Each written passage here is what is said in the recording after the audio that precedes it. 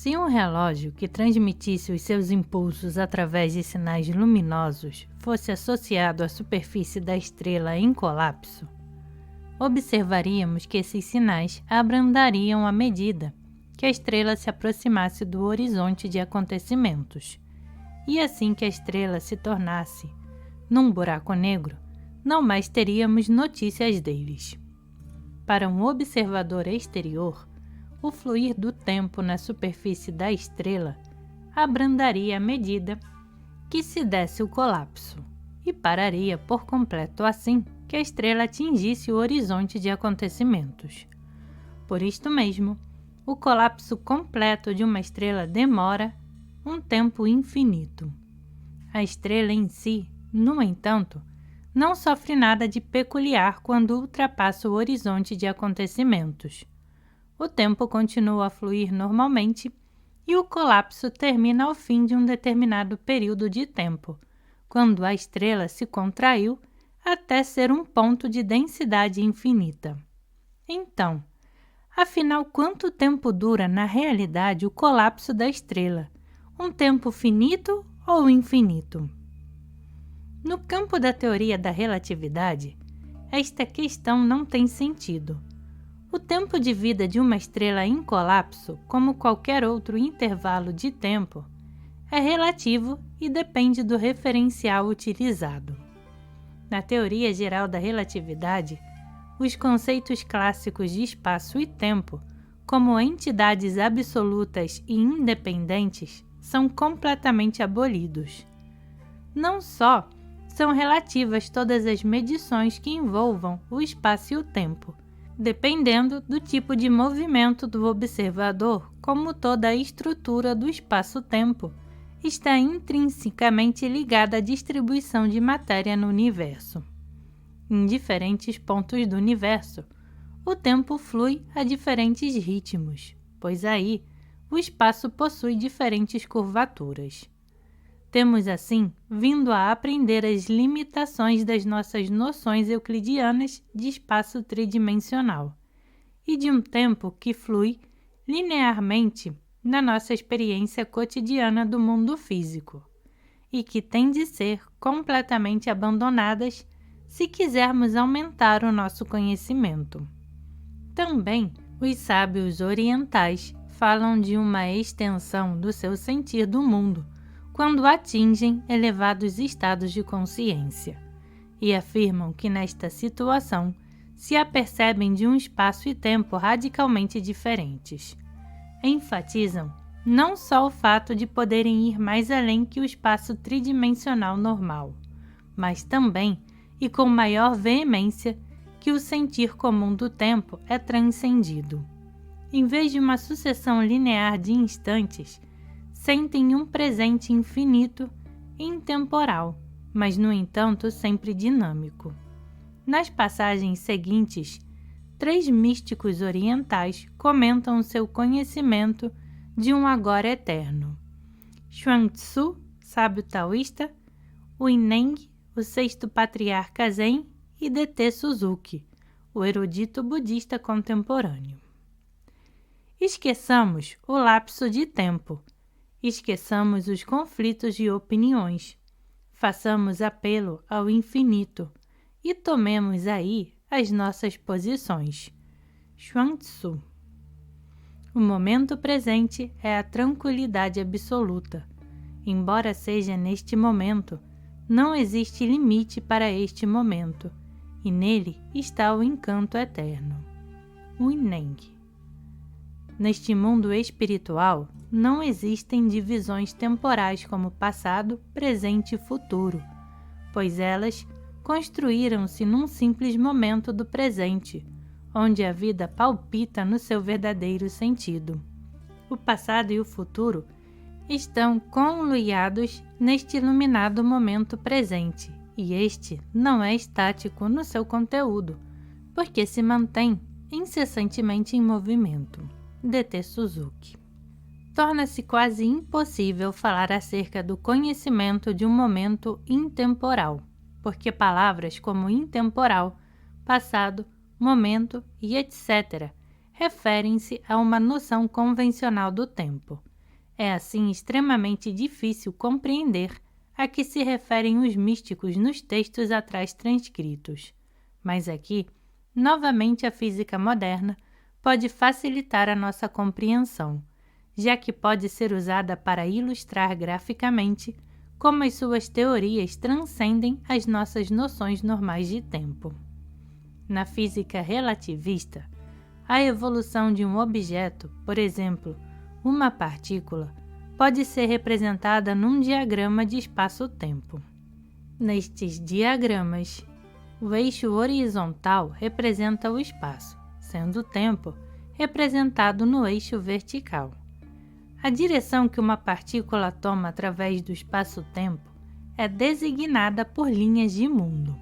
Se a partícula se encontra em repouso, o seu movimento apenas pode ser considerado ao longo do tempo, razão pela qual a sua linha de mundo é, neste caso, uma linha vertical.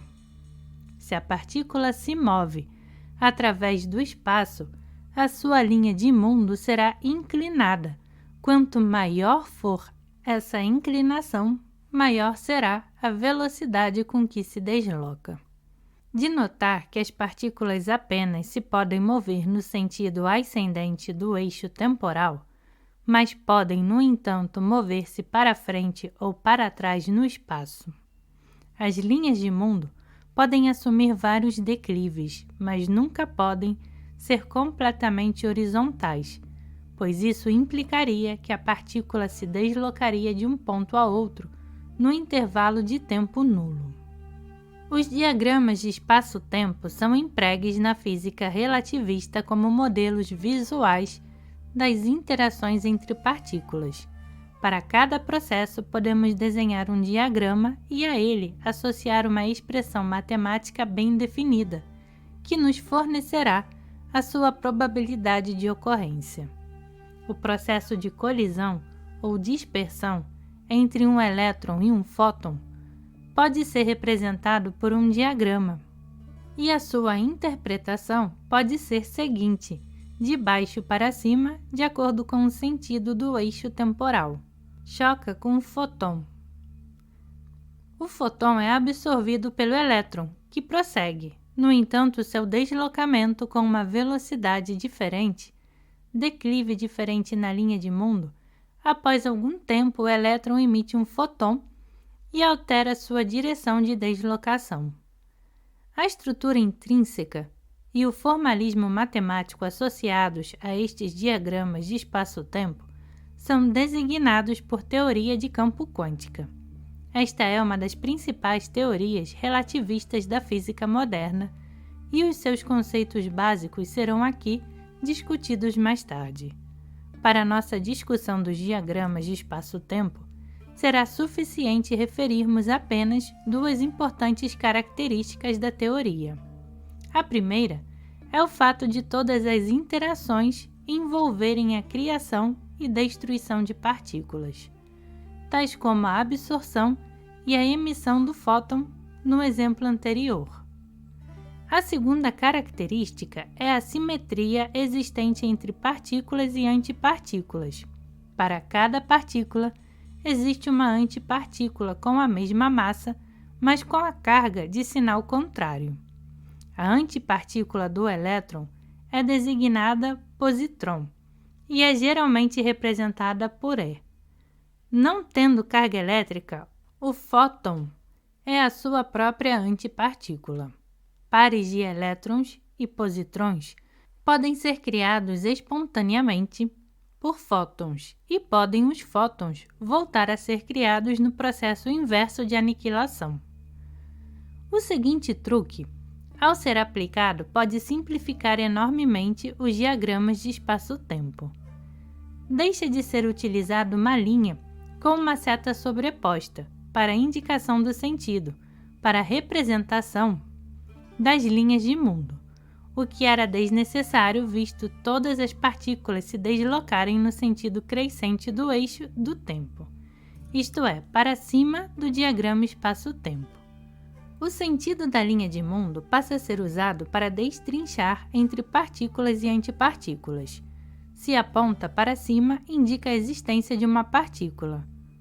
Se aponta para baixo, refere-se a uma antipartícula. O fóton, sendo a sua própria antipartícula, é representado por uma linha sem seta alguma. Com esta alteração, podemos omitir as designações sobre o diagrama, sem que surja qualquer confusão. As linhas com setas representam elétrons, as que não têm representam fótons. Para tornar o diagrama ainda mais simples, pode também omitir-se o eixo do tempo e do espaço, tendo sempre em linha de conta, no entanto, que o sentido do tempo é de baixo para cima e que o sentido crescente do espaço é da esquerda para a direita. Se quisermos representar o processo de colisão entre positron e fóton, pode usar o mesmo diagrama e inverter apenas o sentido das setas sobre as linhas de mundo. Até agora, nada de extraordinário ressalta da nossa discussão dos diagramas de espaço-tempo. A nossa leitura do sentido do tempo é feita de baixo para cima, de acordo com a noção convencional de um fluir do tempo linear. No entanto, um aspecto estranho está associado com os diagramas onde se encontram representadas linhas de mundo de positrões, como se pode ver no processo de colisão positrão-fóton. O formalismo matemático da teoria de campo apresenta duas interpretações possíveis para este tipo de linhas. Ou os positrões se movem para frente no tempo, ou os elétrons se deslocam para trás no tempo. As duas interpretações são, de um ponto de vista matemático, idênticas. A mesma expressão descreve uma antipartícula que se desloca do passado para o futuro, como descreve uma partícula movendo-se do futuro para o passado. Os dois diagramas podem assim ser vistos como imagens de um mesmo processo que evolui no tempo em sentidos opostos. Ambos podem ser interpretados como representações de colisões entre elétrons e fótons, mas num dos processos, as partículas avançam no tempo, enquanto que no outro recuam. A teoria relativista da interação de partículas revela, pois, uma simetria total no que concerne ao tempo. Todos os diagramas espaço-tempo podem ser lidos em qualquer direção. Para cada processo, existe outro equivalente cuja direção do tempo se inverte, e no qual as partículas são substituídas por antipartículas. Essas características surpreendentes do mundo subatômico afetam consideravelmente os nossos conceitos de espaço e de tempo. Fazendo uma leitura convencional de baixo para cima, resulta a seguinte interpretação: um elétron e um fóton aproximam-se um do outro. O fóton cria um elétron-positrão no ponto A, deslocando-se o elétron para a direita e o positrão para a esquerda. O positrão choca com o elétron inicial no ponto B, aniquilando-se mutuamente, criando um fóton que desloca para a esquerda. De outra forma, pode interpretar-se o processo como a interação entre dois fótons com um único elétron, que se desloca em primeiro lugar para frente no tempo, depois para trás e finalmente para frente outra vez. Para justificar esta interpretação, basta seguir as setas ao longo de toda a linha do elétron. O elétron desloca-se até o ponto B, onde emite um fóton. Aí, altera a direção do seu movimento e desloca-se para trás no tempo até o ponto A, onde absorvem o fóton inicial e altera novamente a direção do seu deslocamento, movendo-se para frente no tempo. De certa forma, esta segunda interpretação é mais simples, porque utiliza apenas a linha de mundo de uma partícula. Por outro lado, ao seguirmos esta via, incorremos imediatamente em sérias dificuldades de linguagem. O elétron desloca-se primeiro para o ponto B e depois para A, e, no entanto, a absorção do fóton em A acontece antes da emissão do outro fóton em B. A melhor maneira de ultrapassar estas dificuldades é admitir os diagramas de espaço-tempo não como registros cronológicos dos percursos das partículas, mas antes como padrões a 4 dimensões no espaço-tempo, representando uma estrutura de acontecimentos interrelacionados que não tem uma direção temporal privilegiada a eles associada, sendo possível as partículas deslocarem-se para frente e para trás no espaço, tal como se pode deslocar para a esquerda e para a direita. Não faz sentido impor uma via de sentido único ao fluir do tempo nos diagramas.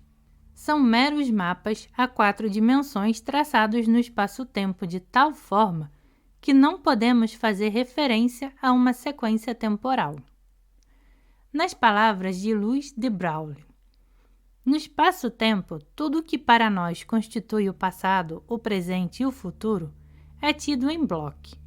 Cada observador, à medida que o tempo passa, descobre, de certa forma, novas seções do espaço-tempo que lhe surgem como aspectos sucessivos do mundo material, apesar de o conjunto de acontecimentos que constitui o espaço-tempo existir anteriormente ao seu conhecimento.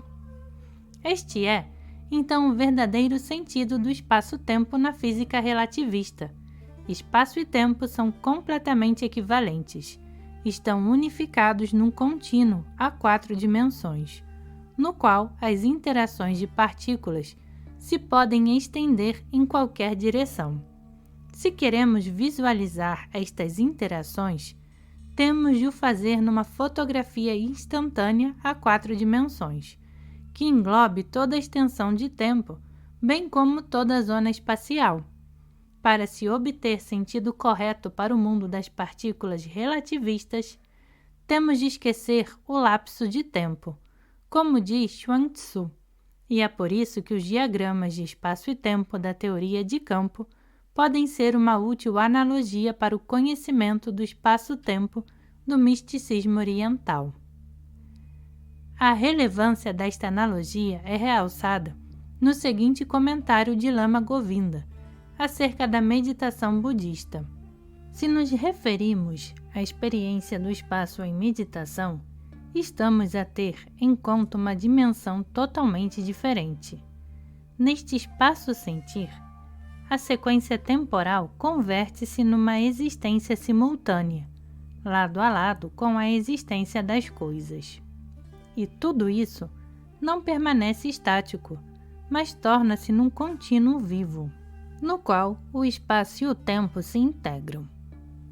Apesar de os físicos usarem o seu formalismo matemático e os diagramas para visualizar as interações em bloco no espaço-tempo a 4 dimensões, afirmam que no nosso mundo real, cada observador pode apenas sentir um fenômeno numa sucessão de seções do espaço-tempo, isto é, numa sequência temporal.